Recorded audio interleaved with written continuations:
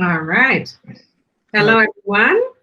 Thanks for joining us for this virtual talk of the organized by the MIT Club of Switzerland. My name is Stella Schiefer. I'm the president of the MIT Club of Switzerland, and I'm very, very happy to welcome Jean Pierre today. I Hello.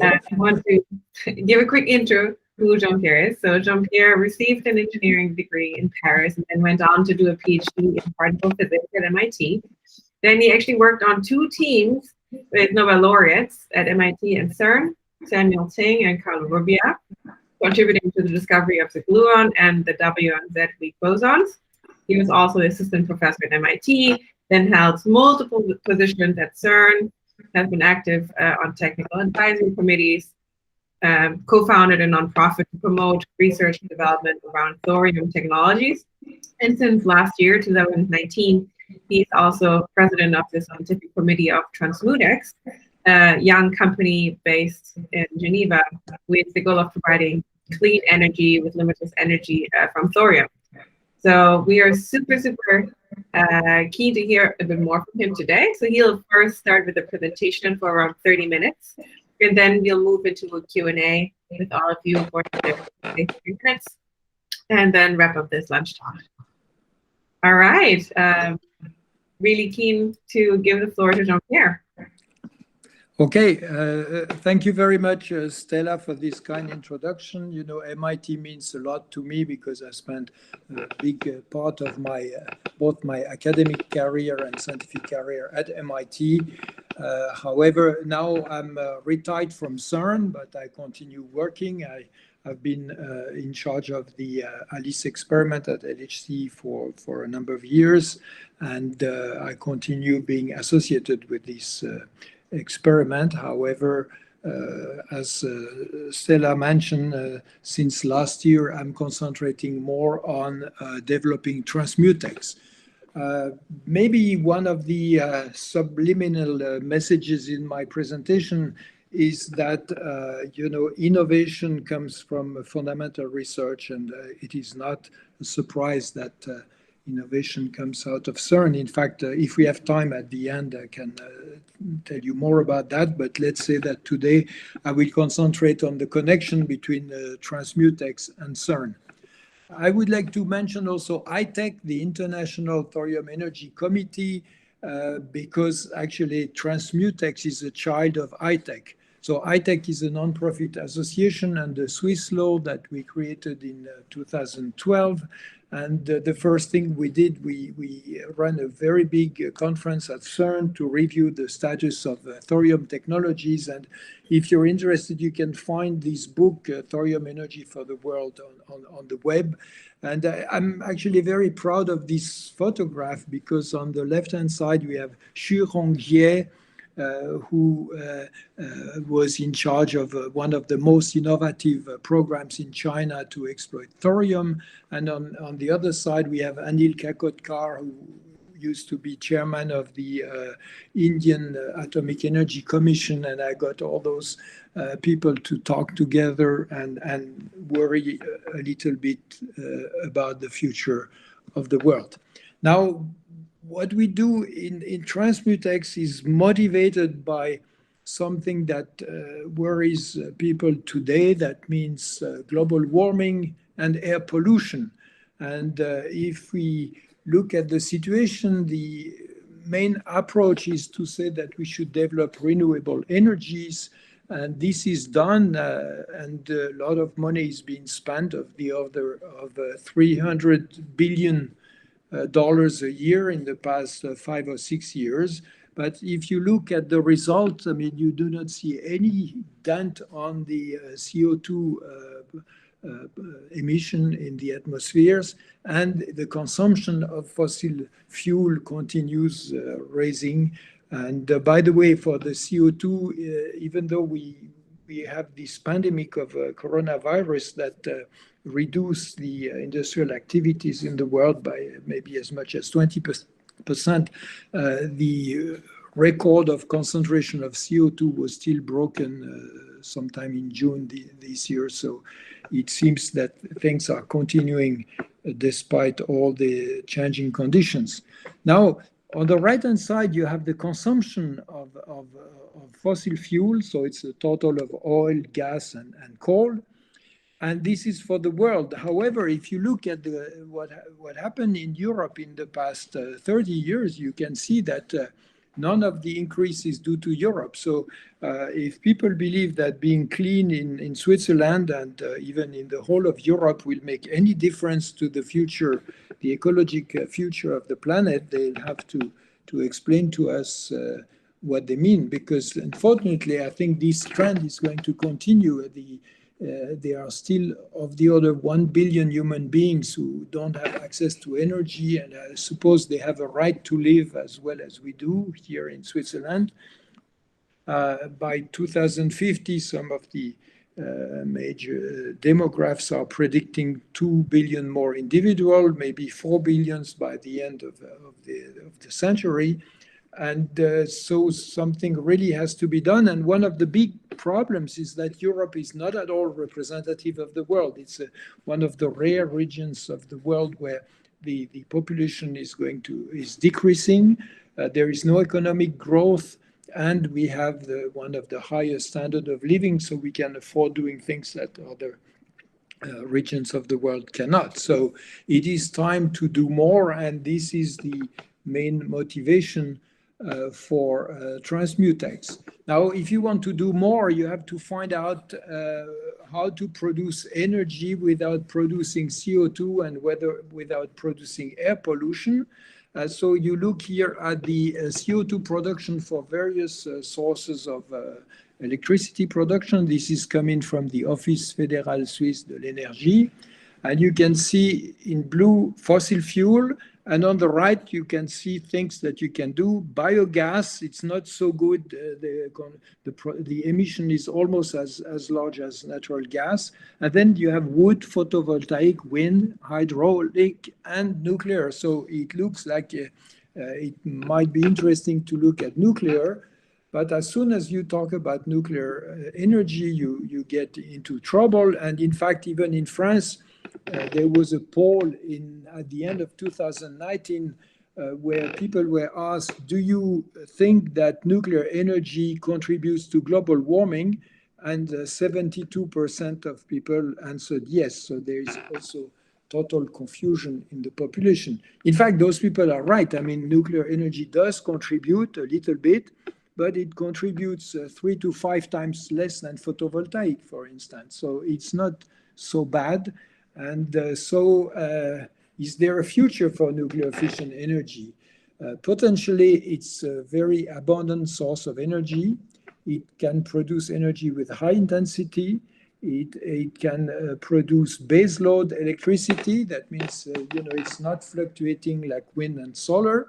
And it has essentially no CO2 emission and no atmospheric pollution. So it looks like it's really interesting. However, we all know the problems of this type of energy production. There is the issue of nuclear waste. There is the possibility of major accidents. Some of those accidents happen, Chernobyl, Fukushima. And these things are the two main worries according to polls. There is the issue of proliferation of nuclear weapons. In the thorium cycle, you produce plutonium, which can be used to make bombs. In fact, it was the main reason why uranium was chosen as fuel, is that that gave certain countries means to produce bombs. There is even limited uranium resources. And in fact, this is the argument that was put forward by nuclear industry to go to what they call generation 4 fast neutron reactors, which can breed their own fuel because the uranium resources are not sufficient to do that. And then there is also public opposition, and this is very difficult. If people don't want a nuclear power plant, or they don't want deep geological storage in their village, there is little you can do about that. So how could this be changed? Well, the answer is yes, it can be changed, and this goes back to the work of Carlo Rubbia and his team at CERN in the 1990s that showed that if you would use proton accelerator, so the type of particle accelerator that we developed. There is some Larsen on the line. Okay. The type of accelerators that we develop at CERN, then you could produce new type of nuclear systems that would not have any of the problems. So if you look at this picture, you have an accelerator. In this case, we prefer cyclotrons because they are more compact. This is a picture of the cyclotron at the Paul Scherrer Institute. The accelerator produces protons. They're injected vertically in the system. They hit some lead. Lead produces neutrons, which then are used to induce fission in the core, like in a standard system. And then you can extract the heat, produce electricity, use a little fraction of this electricity to actually power your accelerator.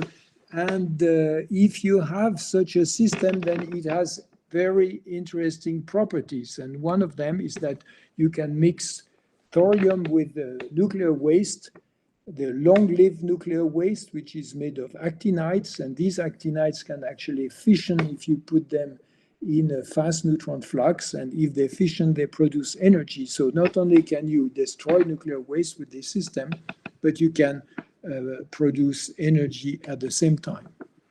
So I'd like to take a minute to explain to you what we mean by nuclear waste. You must all know that the way energy is produced in a nuclear reactor is that neutrons hit a big nucleus and split it into two parts, making more neutrons and making a lot of energy, which is recuperated to produce electricity. So one part of the waste is this debris from the big nucleus. We call them fission fragments. However, they are short-lived, and after a relatively short time, well, short could be a few hundred years, they are totally gone. On the other hand, you cannot avoid that sometimes some of those neutrons are actually captured, and they make bigger nuclei, which for some reason do not fission in the reactor, and they accumulate. And it is those elements which we call transuranium elements that constitute the annoying part of the waste, because they have very long lifetime. We're talking about several 100,000 years to 1,000,000 years. So these are the things to remember. And what we want to do with Transmutex, we want to actually destroy this TRU. The way to destroy them is to put them in a fast neutron flux, which can be done in an accelerator-driven system. And since the only way to destroy them is to make them fission, you gain something out of it, because if you do fission, that means you produce energy. So the idea is to not only destroy this waste, but produce energy while we do that. And this is certainly an interesting prospect.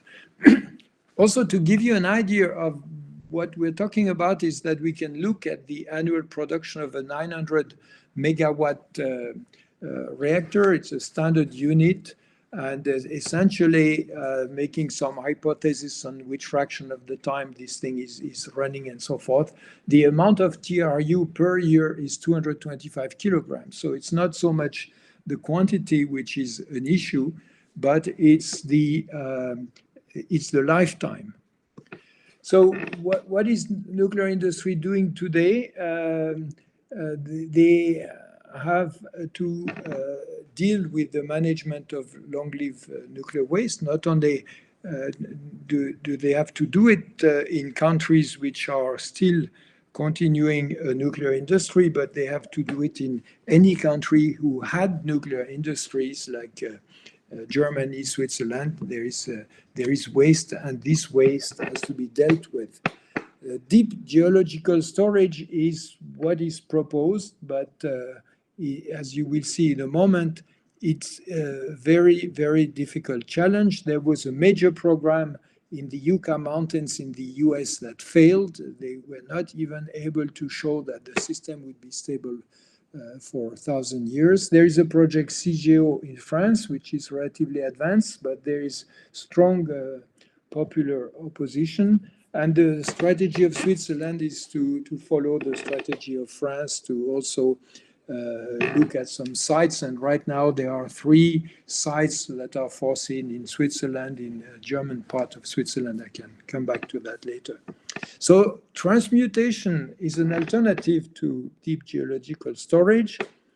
It will maybe not replace it, but it will make it realistic by reducing the amount of waste to store. You know, even if the Yucca Mountain project in the US had continued, by the time it would have been started, it would have already been full by the waste accumulated in the US until now. So the issue is to perhaps make transmutation as a way of making it possible to store some of the waste in a quantity that is compatible with the possible resources. So this way of transmuting waste produces energy through fission, and that means that waste transmutation is therefore intimately linked to the production of energy, which not only will reduce the cost of destroying nuclear waste, but will also open the way to producing quasi-unlimited amount of energy. Now, why is deep geological storage such a difficult challenge? Well, you have to manage the heat production. You have to remember that when you stop a nuclear reactor, heat continues being produced at the level of 6% of the power, which is not negligible. And it is this heat that created the accident in Fukushima, because the cooling system failed and therefore temperature went up, it produced hydrogen, and then there was an explosion. So you have to manage the heat of the waste. You have to manage corrosion. You have to manage isolation with respect to the environment. You have to protect against intrusion during at least 300,000 years, while at the same time ensuring retrievability, which is a new condition that was put forward recently. People say, well, maybe one day we have the technology to destroy this waste, so it should be possible to go back and get it. And if you put all these conditions together, it's simply an impossible challenge. And here you have a photograph, an example of a container in the US that failed only after about 15 years. So we're talking about 300,000 years. And as I said, at Bure, which is the place where, with the French CGO project, there is strong opposition to burying the waste. So what happens if you transmute nuclear waste? This figure shows what we call ingestion radiotoxicity, which is a way of telling how dangerous nuclear waste is. So this is on the vertical scale with the log scale, and then you have time on the horizontal scale. And the top curve is what happens to nuclear waste if you don't do anything. And you can see that if this radiotoxicity goes back to a level which is the level of the uranium ore that produced the fuel, then you have to wait 200 to 300,000 years. In fact, with Rubbia, we used a level which was the radiotoxicity of coal ashes, because coal ashes contain thorium and uranium, so they are radioactive. And if you do that, you have a line which is a factor 10 lower, and then you have to wait of the order of 1 million years. So many people are worried about whether or not you can keep control of something for of the order of 1 million years. However, if you would destroy some of that waste, and you have an example here with efficiency of 99.5% for plutonium and 99% for minor actinide, plutonium and minor actinide being the TRU I mentioned, then you can go below this line over 200, 300 years. And of course, you can even do better in the efficiency. I will come back to that earlier, and go as low as the flat line, which shows the radiotoxicity of fission fragments. So there is a big benefit to be won by transmuting this waste. Now, why does it work? You know, the fuel we use now has a little bit of uranium-235, which is fissionable, and a lot of uranium-238, and it's this element that captures the neutron that produce plutonium and all the higher actinides which constitute this long-lived nuclear waste. However, if you start from thorium, then you can see immediately that it takes, you know, if you move to the right, you move from one element to the other through neutron capture. You can see that it takes at least 7 neutron captures to produce plutonium and so forth. So if you start with thorium, the amount of waste is negligible. And if you put a lot of waste, well, you mix waste with the thorium, this waste will disappear through fission. So this is basically how it works. So thorium is an element which is not very well known, but it was first identified in 1828 by a Swedish chemist, Berzelius, who received a sample that was found by Hans Morten Thrane Esmark, a Norwegian. And it was first realized that thorium is slightly radioactive in 1898 by Gerhard Schmidt and confirmed by Marie Curie and by Becquerel and so forth. So thorium is an actinide. You know, actinide and lanthanides constitute the rare earth metals. And it is not a surprise that when you go digging for rare earth, which are used in electronic industry, for example, you also find thorium. So the first massive use of thorium was by making mantles for lighting houses. You know, these mantles still exist, but they are no longer made of thorium. If you go camping, you might have used one of the lamps like this. But it was a major revolution at the end of the 19th century, because for the first time in history, abundant light was available after sunset. So thorium made major contribution. It has some problems. The thorium powder can ignite. In fact, there was a small accident which happened to Walter Zinn during the Manhattan Project about that. But, you know, crazy things such as making thorium toothpaste in Germany, I don't think we do this anymore. This is, people at that time thought that radioactivity was very good for you. What you might not know is that thorium is playing the major role today on geothermal energy. You know, about half of the geothermal energy is coming from radioactivity of the ground. And because thorium has a very long half-life, longer than uranium, you know, the half-life of thorium, that means the time it takes for a certain amount of thorium to decrease by factor 2 is about equal to the age of the universe. It's 14 billion years.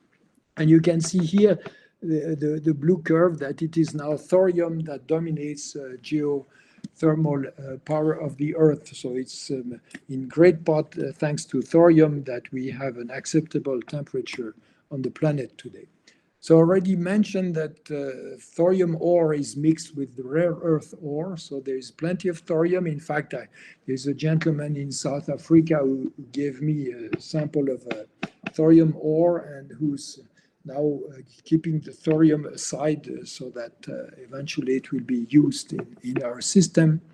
It's more abundant than uranium in the Earth crust. So if you look at the world inventory today, we know of 6,579,000 tons, so 6.5 million tons, and that would be enough to power the planet with the current electricity production, which is 3 terawatt for at least 2,000 years. So this is why I like to say that thorium would constitute a sustainable source of energy, because sustainability means not only you have to be compatible with the impact of a small impact on the environment, but also last long enough so that a new technology has time to come and do better. And I hope that in 2,000 years, humankind will be able to do that. Thorium has excellent properties, both as a metal and an oxide, which is very interesting if you want to make nuclear fuel, because better properties may mean higher safety margins. Thorium resources are very well distributed in the world. This is a map of where we find thorium. However, countries in white are not countries which have no thorium.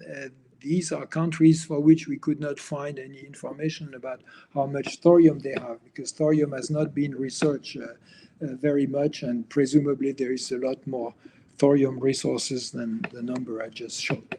In India, you find beaches which are thorium sands, like in Kerala, for example. So there's a lot of thorium everywhere, and that gives me an opportunity to say that India has a very aggressive program to exploit thorium, because they don't have uranium, and they don't want to depend on other countries for the supply of fuel, and therefore they're developing a program based on critical reactors. You can ask me at the end how it works. It's complicated, but it should work. And if one day we really run out of thorium, we go to the hidden face of the moon, where there is a thorium deposit discovered by the Lunar Prospector satellite, where you have concentration of thorium which are like 100 times higher than thorium on the Earth. So what are the advantages of this thorium ADS, which Transmutex is advocating? First of all, because of the accelerator, the system is called subcritical, so there is no Chernobyl type of accident possible. It's resistant to proliferation because, as I mentioned, you don't produce plutonium. You can equip the system with passive safety that will make core meltdown accident, if they happen, at least not catastrophic, but very much reduced. There is no sodium, unlike some generation 4 reactors developed by nuclear industry. There is no high pressure like in the PWR. There is no water in contact with hot fuel rods. This is how the hydrogen was produced at Fukushima, and that is why there was an accident. And there is quasi-unlimited resources of thorium on the Earth. So it seems to me that it's worth the effort to do that. Now, where do we stand on the basic technologies needed? In fact, all the basic elements already exist, and what Transmutex wants to do is put all these together for the first time. For instance, for the accelerator, there is at the Paul Scherrer Institute in Switzerland a cyclotron that operates at a beam power above 1 megawatt, and this is already the order of magnitude of the beam powers that we need. There is also LINAC in the US, SNS, that works above 1 megawatt of beam power. There is a spallation target. Now, spallation is the term which is used to describe the production of neutrons from a proton hitting, for example, a lead target. And such a spallation target has been tested also at Paul Scherrer Institute at a power of 1 megawatt, sorry. Then if you want to mix the nuclear waste with thorium, you have to reprocess the spent nuclear fuel. And at Argonne National Lab in the US, they have developed a very interesting, compact, and non-polluant process, which is a pyroelectric reprocessing, where essentially you melt the fuel in a salt, and then you do an electrolysis. And the beauty of nature is that all the TRU go to the same electrode, so you can just take them, mix them with thorium, and you have your new fuel. Now, the last very important part is the subcritical core. We want fast neutrons, so to do fast neutron nuclear industries using sodium as a coolant. We want to use lead as a coolant.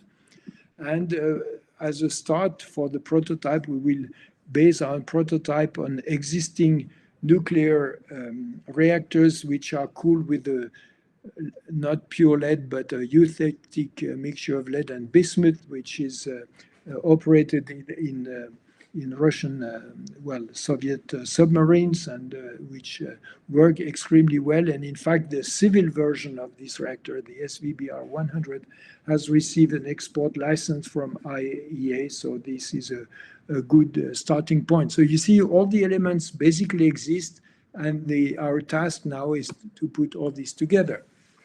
India has a strong program on thorium, one based on reactors and the other one based on ADS. China has a very aggressive program based on ADS. In fact, they have already chosen a site for doing first Chinese ADS at Huizhou in the Guangdong province.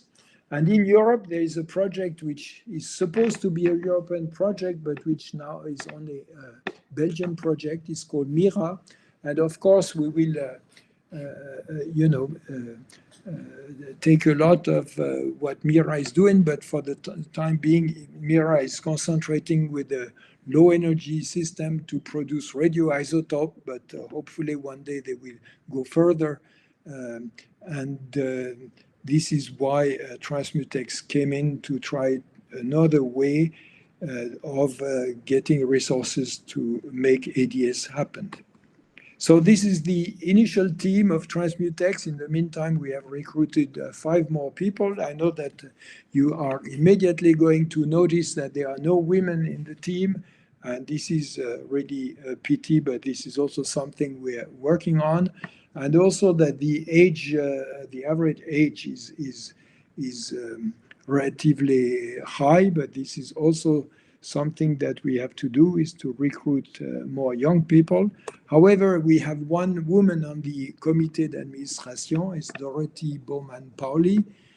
So, this is a start, but certainly not the end. So my conclusion is that technologies invented for fundamental research, such as at CERN, find important new application in society at large. So we're talking now of using accelerators to destroy nuclear waste. You know that CERN invented the World Wide Web, for example. CERN built the first PET scanner in collaboration with the University Hospital of Geneva and so forth, and it would be the subject of another talk to explain to you the connection between fundamental research and innovation. So the message is that long-lived nuclear waste can be transmuted in ADS using thorium instead of uranium, that thorium could be made a sustainable source of energy. That's the only way Europe can contribute significantly to the ecological future of the planet, is by initiating and supporting strongly a systematic and global effort on R&D on new energy technologies. So thank you very much for your attention.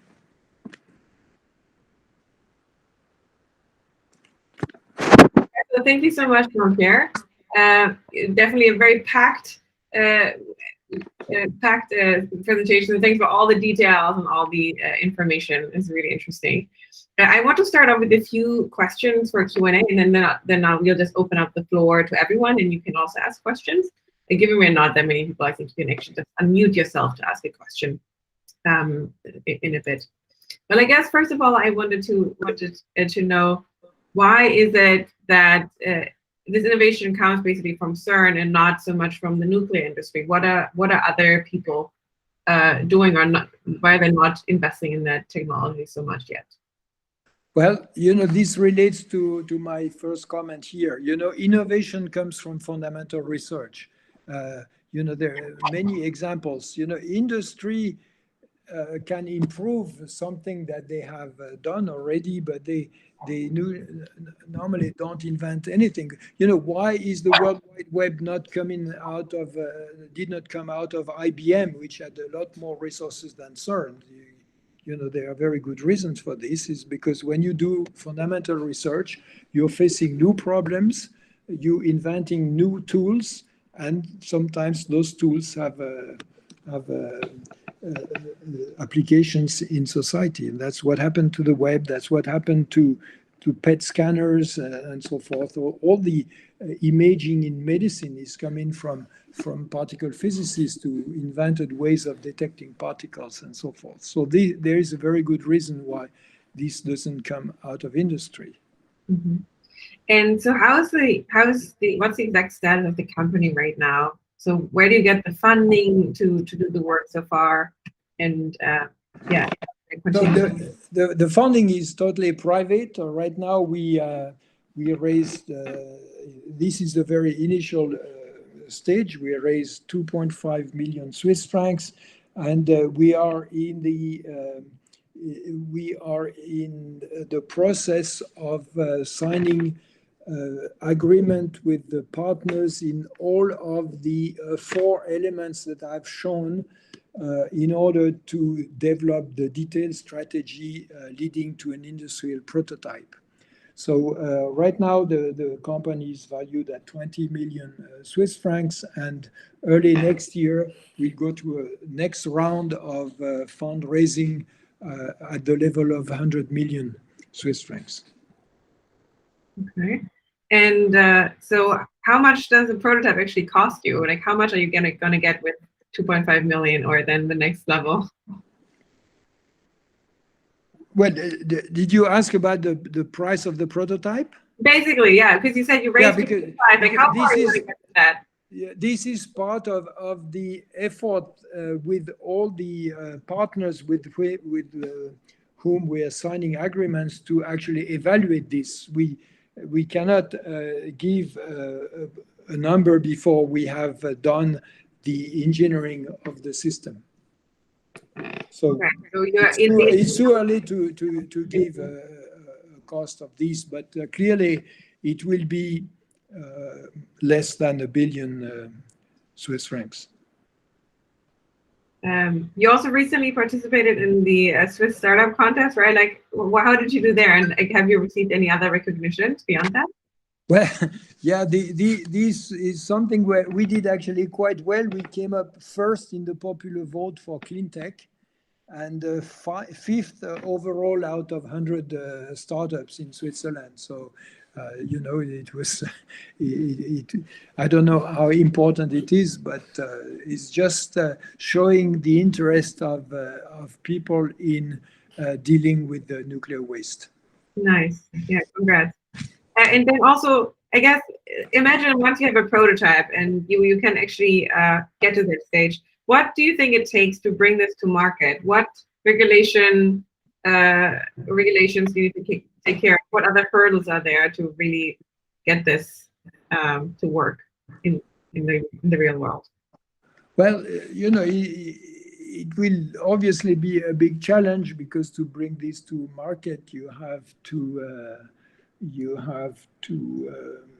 license the systems. You have to demonstrate safety, even though we know it's totally safe. The regulatory agencies will want us to demonstrate this. So this will take some time, but the prospect is so important. And if you look at it, if renewable energies by themselves cannot do the job of saving the planet, I mean, it seems that nuclear energy is the only other possibility, and therefore, the motivation will be extremely strong to go that way, even if it takes a long time. And I think my guess is that it will happen no matter what. I cannot tell you how fast it will happen. It will depend on how fast we collect funding and so forth, but it will happen. Sure. And then what is the biggest challenge that you and the company is working on right now? Well, the first challenge is to demonstrate this at a really small scale, but a complete system. And for this, we have an agreement with the Nuclear Research Center in Prague, in the Czech Republic. So we already have the agreement with them that we're going to use a small research nuclear reactor. We're going to install a small cyclotron, and we are going to demonstrate the full system for the first time at significant power. You know, we did an experiment at CERN, but it was essentially at 0 power. And now what is needed is to do it at at significant power of the order of a few megawatt. And for this, we have a definite plan. And I think our biggest challenge is to make sure that we get the funding for this initial step, because once this initial step is passed, I think there will be no more showstopper. Mm-hmm. I will actually take a question that was put online. I guess you still wouldn't know how much the prototype would cost, but do you have any idea of how affordable the technology would be compared to regular normal fossil fuel? Would it be a practical alternative? And at what point in time do you have any indication in this direction? Well, you know, there has been an economic study made a few years ago that indicated that once these systems are deployed at a sufficient scale, then the cost of electricity will be about the same as the cost of electricity for nuclear energy.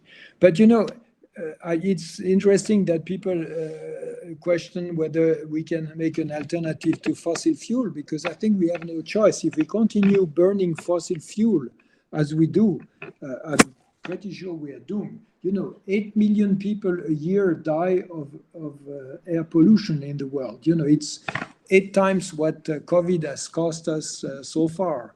And I think we have no choice but doing away with fossil fuel. Whether it's cheaper or not is not the main issue in this case, I think. But it will be competitive when it's deployed, that's for sure.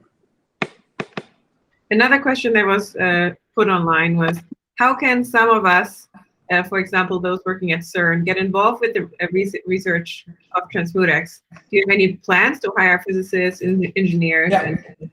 Well, what I want to tell you is that we're actually discussing with CERN to have an official contract with CERN for simulation and the accelerator. So maybe those people interested should contact us. And there might be an official way at CERN to work on this, because we hope that we'll soon have this contract with CERN signed for things that CERN is really good about. That means simulation and accelerator technology. Then there's another question. What is the current timeline for commercial application of this technology? Well, we're looking at 2032 for the prototype. So after that, you know, 32 is that? 2032 as the date where we could have the first industrial prototype. Right. Another question: what platform will you be using for fundraising at the next investment cycle? Have you decided on minimum ticket value already? Well, that I do not know. Yeah, this is the type of question you have to ask our CEO. By the way, I did not mention our CEO is Franklin Servan-Schreiber. He's the son of the famous Servan-Schreiber that French people know very well. And I'm not directly involved in the fundraising, but you know, it works so far through you know, personal connections, and we talk to people, and then we convince them that it's worth investing their money in the system. We don't have a specific framework so far, but as I mentioned to you, maybe since the next stage of the fundraising will be in the spring of 2021, by then we might have certainly put together a different structure for the next phase of fundraising, but we have not done that yet. Mm-hmm. Another question, do you have any support from the Swiss government, for example, the Administration for Energy? no support from, no institutional support. In fact, that was one of the reasons we decided to do a private venture, is that even Rubbia with this Nobel Prize failed to convince countries in Europe that they should fund this type of thing, because when you ask a politician whether we should do this or not, they go to nuclear industry, and nuclear industry doesn't like this because they are investing in the generation 4, and they say that for the waste the problem is solved, they're going to bury it and forget about it. So institutional funding doesn't work. Maybe this will change a little bit in the future, but so far it has not worked. Another question we got online is, can current nuclear reactors be converted at all to take advantage of transmutation, or are completely new plants required? Well, it has to be a new plant, because, current reactors are cooled with water, which means that the neutron flux is very soft. It's what we call thermal neutrons. And in this system, you cannot fission nuclear waste. You have to go to fast neutrons. So unfortunately, they cannot. But what we can imagine is that for sometimes the two types of system can live together, because the idea is to install our system on the site of present nuclear power plants. And at the beginning, you would run the ADS burning the nuclear waste. And when the nuclear reactors reach the end of their life and no longer produce waste, then you could go to a pure thorium system, thorium uranium-233 system. Are current government efforts kept to themselves, or is there any international collaboration between governments so far? No, there is none. In fact, it's interesting. I mentioned this small ADS project in Belgium, and Belgium has been trying very hard to convince other European countries to contribute, and that doesn't happen because, if you're a politician, you have to stay away from nuclear energy, because you immediately lose all the votes if you give the impression you support nuclear energy. Interesting. This actually leads to a good other question that was raised here. Are there communication plans toward the general public? The risk is that when you're ready to go, people do not look beyond the nuclear label. So how can we also make sure the general population knows about the benefits? Because what you told us today obviously sounds very convincing. Yeah, well, there is a major education effort to be made. In fact, in general, in Europe, education is failing to attain the goals that should be attained. One of the main reasons why there is no more economic growth in Europe is that there is no more education. There is no more innovation. And the reason there is no more innovation is that you don't have enough scientists and engineers anymore.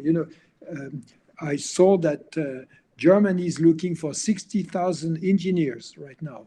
And so there is a big lack. So to come back to the questions, yeah, we have to make a major effort on education. And if you want to do R&D, you need education. If you look at China, the young people in China are all fighting to go to university to become engineer, to do science, business, and so forth. Here in Europe, it looks like there's not such a big trend, and I think this is a major problem for Europe. Mm-hmm. One more question. Has Transmutex also hired or thought about hiring a communications personnel to inform the public or governments about benefits of the technology? Are you lobbying in any way? So can you repeat? I think I missed the question. Are you at all lobbying with the government or doing any communications to inform public or government about the technology? Or are you thinking about doing that in the future?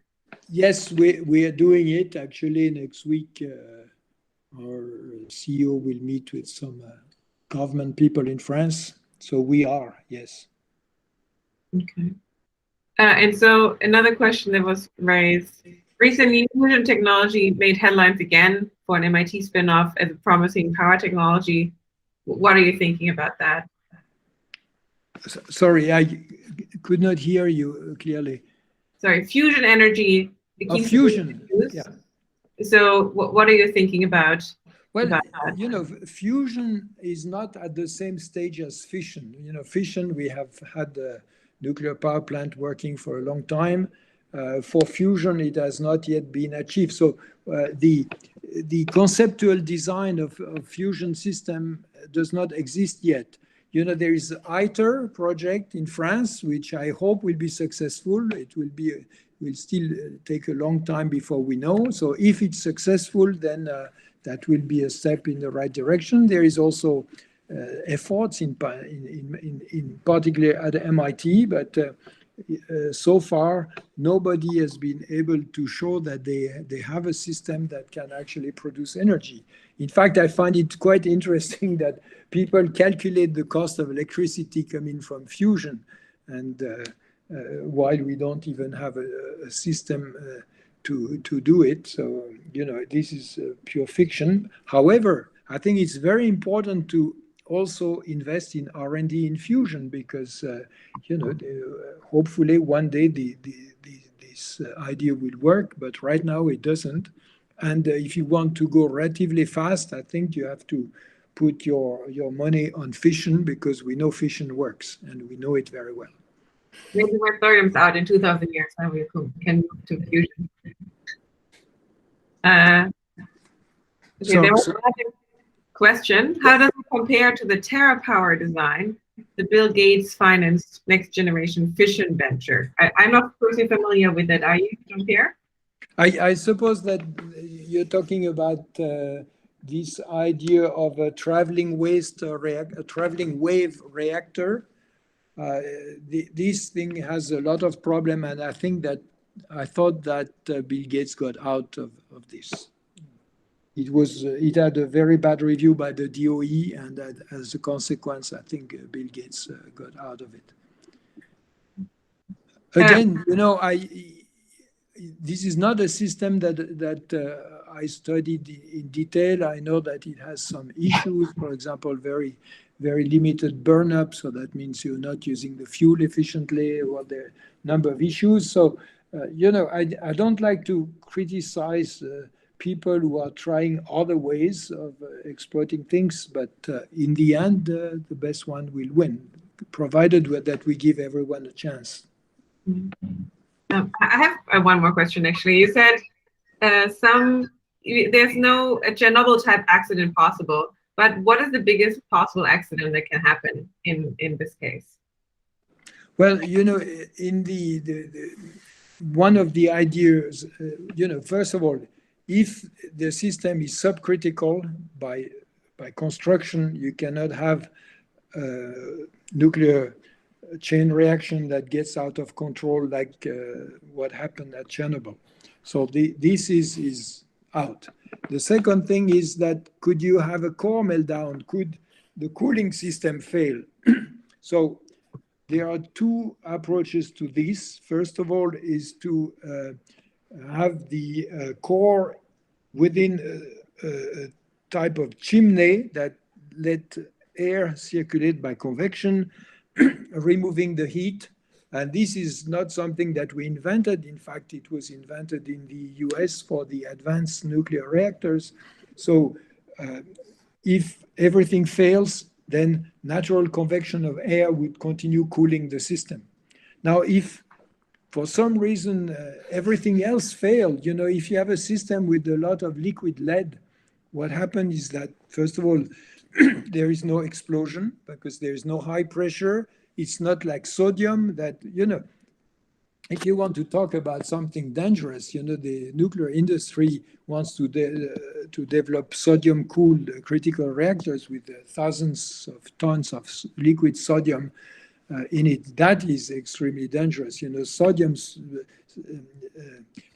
fires spontaneously in air. So if you have liquid sodium at a high temperature coming out, I can tell you that this would be a big explosion. So no risk of explosion. So nobody can guarantee that there cannot be any accident one day if everything goes wrong, but the maximum accident is that you will lose the reactor, that the lead will cool after some time, solidified, and that's it. I mean, there's no major release of radioactivity or things like this, like in any of the present systems. So yes, accident can happen, but no catastrophic accident.